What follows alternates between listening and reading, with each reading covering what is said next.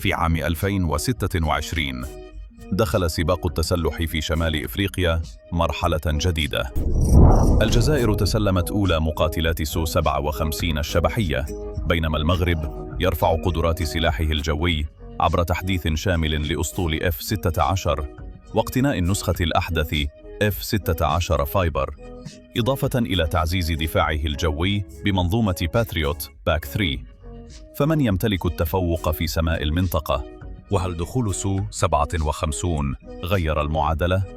لنبدأ المقارنة. نبدأ بسلاح الجو الجزائري. تمتلك الجزائر أسطولاً متنوعاً من الطائرات الروسية. أولاً، قاتلات سو 57 الشبحية، وهي مقاتلة روسية من الجيل الخامس وأحدث مقاتلة تدخل الخدمة الجزائرية.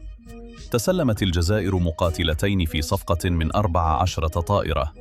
تمتلك بصمة رادارية منخفضة، لكنها ليست شبحية بالكامل، مع رادار N36 متعدد المصفوفات وصواريخ بعيدة المدى R37M.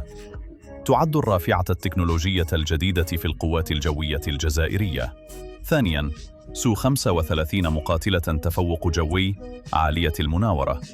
بدأ تسليمها في مارس 2025 كجزء من صفقة مع روسيا من 24 مقاتلة، مزودة برادار قوي إربس إي ومدى كشف واسع جداً.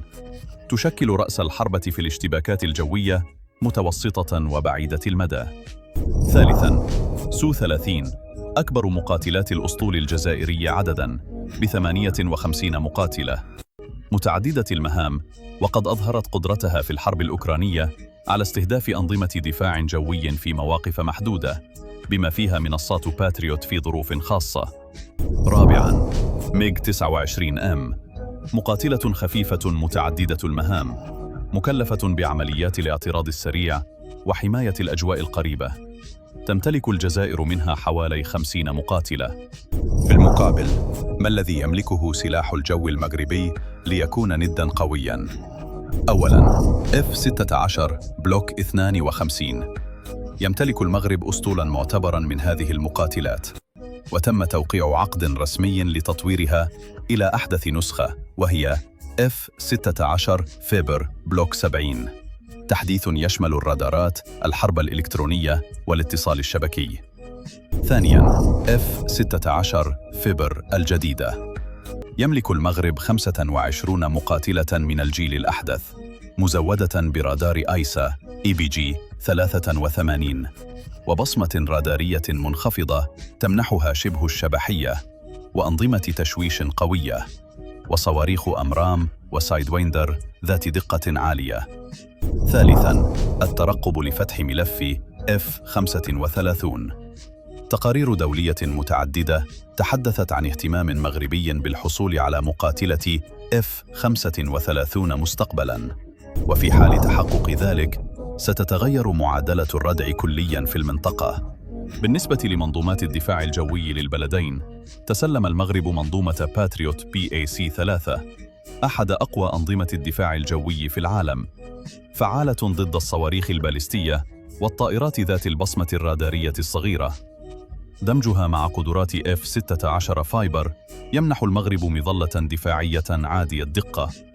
الجزائر بدورها تمتلك منظومة S-400 تتميز بتغطية واسعة تصل إلى نحو 400 كيلومتر، قدرة قوية على مواجهة المقاتلات التقليدية، لكن فعاليتها تتراجع أمام الطائرات ذات التخفي العالي مثل F-16 فايبر، وخصوصاً F-35 مستقبلاً. من يمتلك التفوق في القتال؟ في الاشتباك القريب، تمتلك الجزائر الأفضلية بفضل امتلاك المقاتلة سو 30 التي تتميز بكونها من أفضل مقاتلات التفوق الجوي في العالم بفضل سرعتها الكبيرة.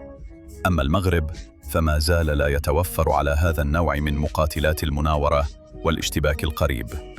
في الاشتباك بعيد المدى، تمتلك الجزائر سو 35 التي تعتمد على مدى الكشف الواسع والصواريخ الطويلة، لكن F-16 فايبر المغربية تتفوق بفضل رادار إيسا وقدرات التخفي. أما المقاتلات الشبحية، تتفوق الجزائر بامتلاك سو 57 ذات مدى كشف واسع والصواريخ الطويلة، بينما المغرب ما زال في انتظار توقيع عقد شراء F-35 الشبحية الأمريكية.